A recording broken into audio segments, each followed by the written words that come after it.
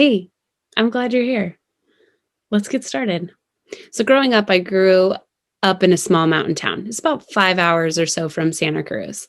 A little mountain community, everybody knew everybody else type thing.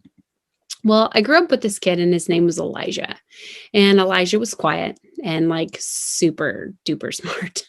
He played basketball and he always took advantage of the math classes, the advanced math classes, and help those of us who couldn't do math. Um, he was just a nice guy. And I sat by him in a lot of my classes. And this happened every year since we were little kids, elementary school, middle school, high school. And he even lived in the same neighborhood as me, which made me feel like I knew him pretty well. I saw him all the time. And in our sophomore year, he had missed class for a whole week, which was weird, but I just figured he was sick or something. But when he came back, the teacher was asking him all kinds of weird questions about the weather, llamas, the food he ate. And I was like, hey, Elijah, did you go on a trip? And he said, yeah, I went to Peru. And at first I was like, what? Your parents took you on vacation in the middle of the school year? Jealous. But then this happened. I said, so what'd you do there? He said, well, I didn't really sightsee or anything. I was there for a competition. That's cool. Competition in Peru? Competition for what?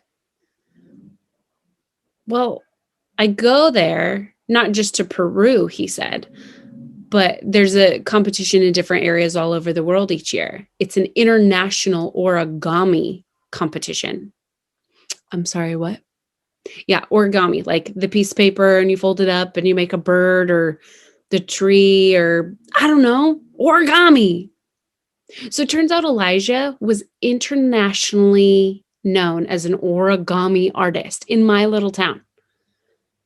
Like if it happened today, he'd have a YouTube channel with like millions of followers, or he'd be on Ellen because of his Instagram reels or something like that. I didn't even know. How could I go my whole entire life and not know that? And I just felt like I didn't know him at all. Because here's the thing.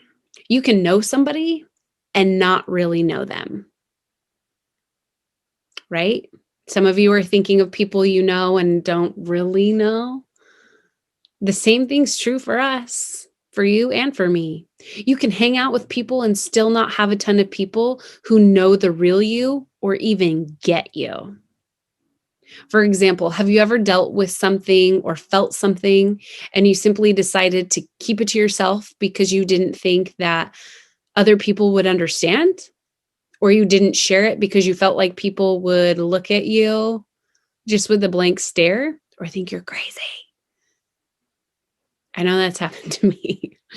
But for most of us, our friends are probably the ones who get us the most.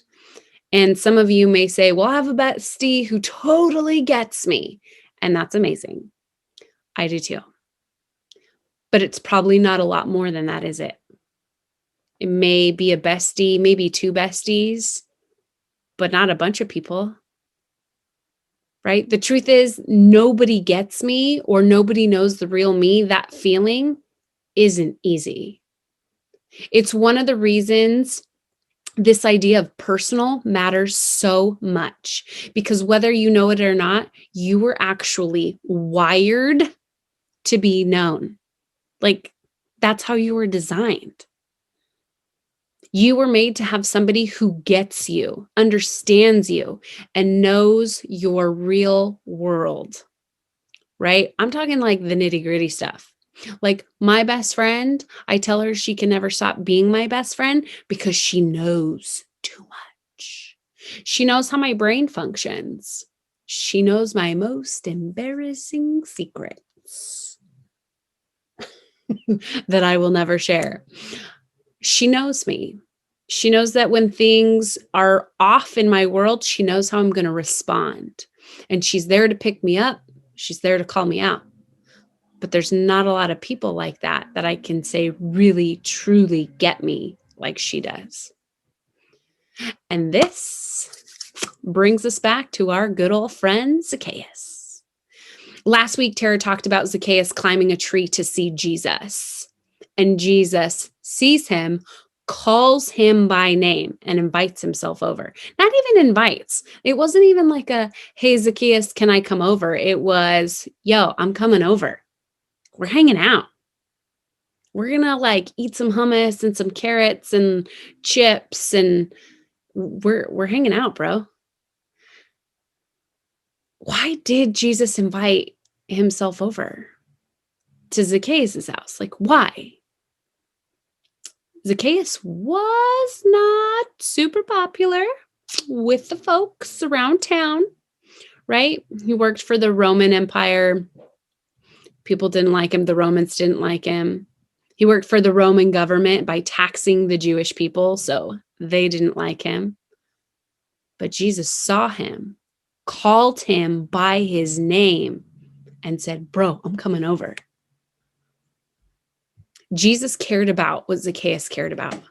And even though it didn't seem like it on the outside, Zacchaeus cared about belonging, being accepted, being seen, and being known.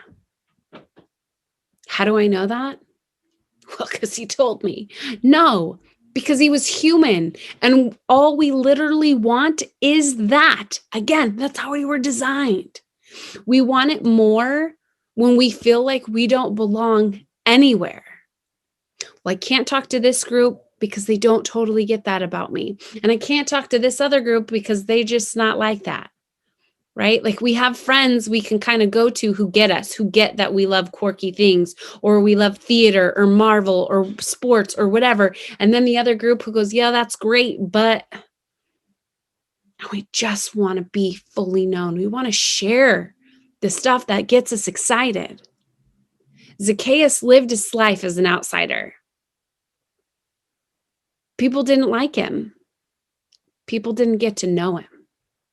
He climbed that tree to see if he mattered to Jesus, to see if Jesus mattered to him. Now, I don't think that Zacchaeus climbed that tree thinking that Jesus would see him, Jesus walking down the street and like, oh, hey. Like, I think Zacchaeus was hoping just for a look, a glance, a moment. I think that would have been enough for him.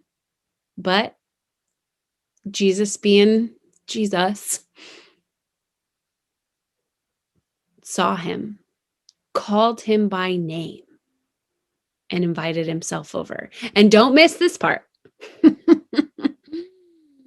People were shocked. There's the tea. If they had YouTube back then or Instagram or whatever, some tea spillers would have been talking about that. Can you believe Jesus called Zacchaeus? He's going to go to his house. What? And people would have been like, no, he's a tax collector. We don't like it. There would have been like the whole comment section. And some of us would have just been eating our popcorn, looking at the comments because kind of glad that it wasn't us, maybe on blast. People didn't expect a friendship to form between Jesus and the local outcast. They liked Jesus and they wanted to be around him. They didn't want to be around Zacchaeus. In fact, they probably thought that they already knew everything about him. He's a tax collector. What more did they need to know? They didn't want to be associated with him. But not Jesus. Jesus knew that just because Zacchaeus had the label of tax collector, it did not tell the whole story of who he was. If you've ever wondered what Jesus thinks about you, the story of Zacchaeus hopefully is an encouragement. But maybe you've always felt like there were certain things that mattered to Jesus. For example, maybe you thought Jesus cared about your Bible reading, but not your grades. Or he cared about your praying and not your friendships. Or he cared about the holy stuff, but not the real life stuff that you're going through. Or he cared about your cussing, but not your anxiety. Or he cared about your sexual purity, but not your dating relationships. Today, I want you to know that the things that matter to you matter to him. The things that interest you interests him. He doesn't just know that you love basketball or K-pop or anime or theater or drawing. He gets it because he gets you personally. He doesn't just know it. He cares about it. He wants to hear about it. Think of it this way. It's personal because Jesus knows what matters to you. That's why this week I want to challenge you to try 2 ideas. Talk to Jesus about what matters to you. This could be in your prayer time. This could be in between your class time. This could be in whatever time you have. Jesus cares about what you care about. So start there. Pray about it. Share it out with him. Let him know about the things you like. Let him know about the things that you worry about. Tell him the things that bring you life, bring you joy. Tell him about the things that drain you. Jesus is never bored hearing from you or about you because it's personal to him. I like to envision Jesus just sitting there, maybe in like one of those tough chairs, sitting back, hand on his chin, just listening, just totally enjoying the moment of being with you, hearing about what matters to you, and just soaking it all up. That you would actually take that time to share with him, that you would be vulnerable with him.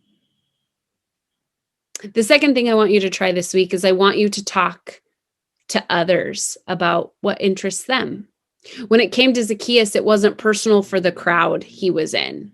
They made assumptions about him, but they didn't get to know him, and they definitely didn't get him. Jesus was the only one who knew what really mattered to Zacchaeus, and that was a sense of belonging. It's possible there are people you've made assumptions about too. People who you think are one way because of what you've believed about them, but you've never made it personal. Maybe this week you can make it personal by being intentional and discovering the things about others, listening when they talk, remembering those moments. Let's go for the ideas. Not let's go. Let go of the ideas you've had about them. And do something for someone that Jesus did for Zacchaeus. Everybody needs somebody who knows their name and knows them personally. But I want you to think about something else. Do you know what matters to the people around you, your friends? Really? Have you taken the time to be personal enough to try and get them? Did your friend share something with you that you should follow up on? Hey, how did your English test go? You mentioned being really stressed out about it. How'd it go? And then listen to their response. When we take time to make it personal with others, we are living like Jesus. Jesus was never satisfied by making a judgment about a person from far away. He got close, he took time, and he never let a label or an assumption inform his opinion. He cared about what mattered to others because they mattered to him. It's personal because Jesus knows what matters to you. Let me say that again for the people in the back. It's personal because Jesus knows what matters to you.